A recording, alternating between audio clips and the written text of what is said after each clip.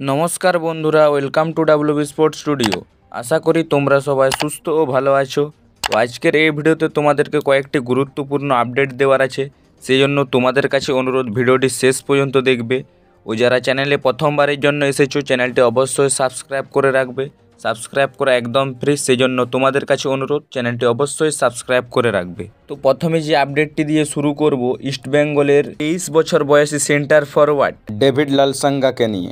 David লালসাঙ্গা যার সঙ্গে কিনা ইস্ট বেঙ্গলের চুক্তি রয়েছে 31 মে 2027 পর্যন্ত, তার সাথে কিন্তু এই মুহূর্তে আবারও কথাবার্তা চালাচ্ছে মোহামেডান। তার পুরনো ক্লাব মোহামেডান তারা কিন্তু ইস্ট বেঙ্গল ম্যানেজমেন্টের সঙ্গে কথাবার্তা চালাচ্ছে ডেভিডকে তাদের দলে ফিরিয়ে আনার জন্য। তো 50% পসিবিলিটি রয়েছে এই মুহূর্তে কিন্তু ডেভিডের মোহামেডানে যাওয়ার জন্য।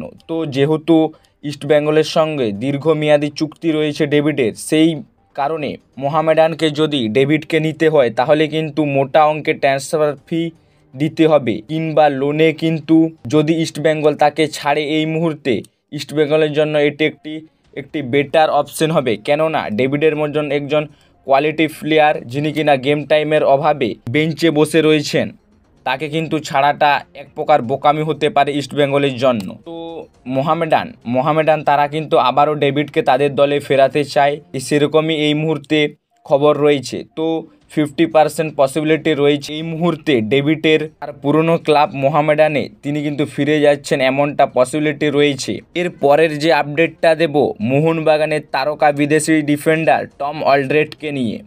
তো টম অলড্রেডকে নিয়ে একটি বড় খবর, যে যাকে নিয়ে সিজনের শুরুতে তাকে নিয়ে অনেক সমালোচনা হয়েছে, অনেক কথা কিন্তু হয়েছে এই টম অলড্রেডকে নিয়ে।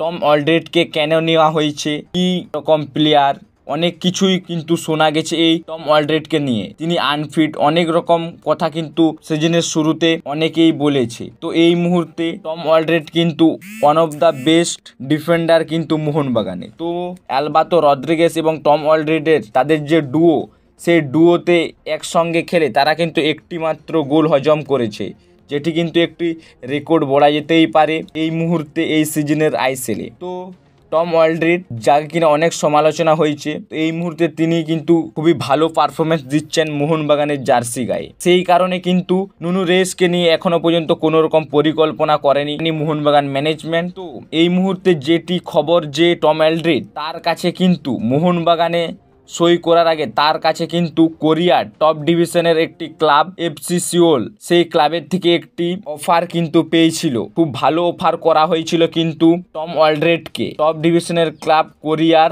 এফসি সিওল, তিনি কিন্তু সেই প্রস্তাবটি রিজেক্ট করে তিনি কিন্তু মোহনবাগানে যোগ দিয়েছেন, যেটি কিন্তু একটি ভালো সাইনিং হয়েছে মোহনবাগানের জন্য। এর পরের যে আপডেটটা দেব ইস্ট বেঙ্গলের খুবই গুরুত্বপূর্ণ একটি আপডেট, যে ইস্ট বেঙ্গল প্লেয়ারের ইনজুরি নিয়ে আপডেট দেব। তো প্রথমেই যেটি বলবো দিমিত্রি দিয়ামেন্টাকসকে নিয়ে। তো কালকে অর্থাৎ সোমবার দিমিত্রি দিয়ামেন্টাকসের কিন্তু এমআরআই করা হয় এবং আজ কিন্তু তার এমআরআই রিপোর্ট বেরিয়ে আসছে। তো এমআরআই রিপোর্ট দেখে যতটুকু জানা যাচ্ছে যে দিয়ামেন্টাকসের চোটটি ততটা গুরুতর নয়। এমআরআই রিপোর্টে যতটুকু জানা গেছে যে ইস্ট বেঙ্গলের যে পরবর্তী ম্যাচ রয়েছে উড়িষ্যা এফসির বিরুদ্ধে, সেই ম্যাচে থাকছেন না দিয়ামেন্টাকস, তার এমআরআই রিপোর্ট থেকে এতটুকুই জানা গেছে। তো এর পরে বলি ইস্ট বেঙ্গল দলের ভরসাযোগ্য মিডফিল্ডার সাউল ক্রেসপোকে নিয়ে। তো ইস্ট বেঙ্গলের জন্য এটি একটি বড় ধাক্কা হতে পারে, যে সাউল ক্রেসপোর যে এমআরআই রিপোর্ট করা হয়, সেই রিপোর্ট থেকে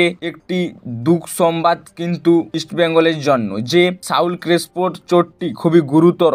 সেই চোটের কারণে এমআরআই রিপোর্ট থেকে যতটুকু জানা গেছে যে 1 থেকে 2 সপ্তাহের জন্য ছিটকে গেছেন কিন্তু সাউল ক্রেসপো। তো এমআরআই রিপোর্ট থেকে জানা গেছে 1-2 সপ্তাহ, কিন্তু তারও বেশি সময় লাগতে পারে সাউল ক্রেসপোর মাঠে ফিরতে। এই মুহূর্তে যেটুকু খবর রয়েছে যে জানুয়ারির ফিরতি ডার্বিতেও নাও থাকতে পারেন সাউল ক্রেসপো, যেটি কিন্তু খুবই দুঃসংবাদ ইস্ট বেঙ্গলের জন্য। তো আজকের এই ভিডিওটি মোহনবাগান এবং ইস্ট বেঙ্গলকে নিয়ে এই আপডেটগুলি শেয়ার করার ছিল। আজকের ভিডিওটি এই পর্যন্তই ছিল। ভিডিওটি ভালো লাগলে অবশ্যই লাইক, শেয়ার ও আমার চ্যানেলে প্রথমবারের জন্য এসে থাকলে চ্যানেলটি সাবস্ক্রাইব করে যাবে। সাবস্ক্রাইব করা একদম ফ্রি। তো চলো দেখা হবে নেক্সট ভিডিওতে। ধন্যবাদ।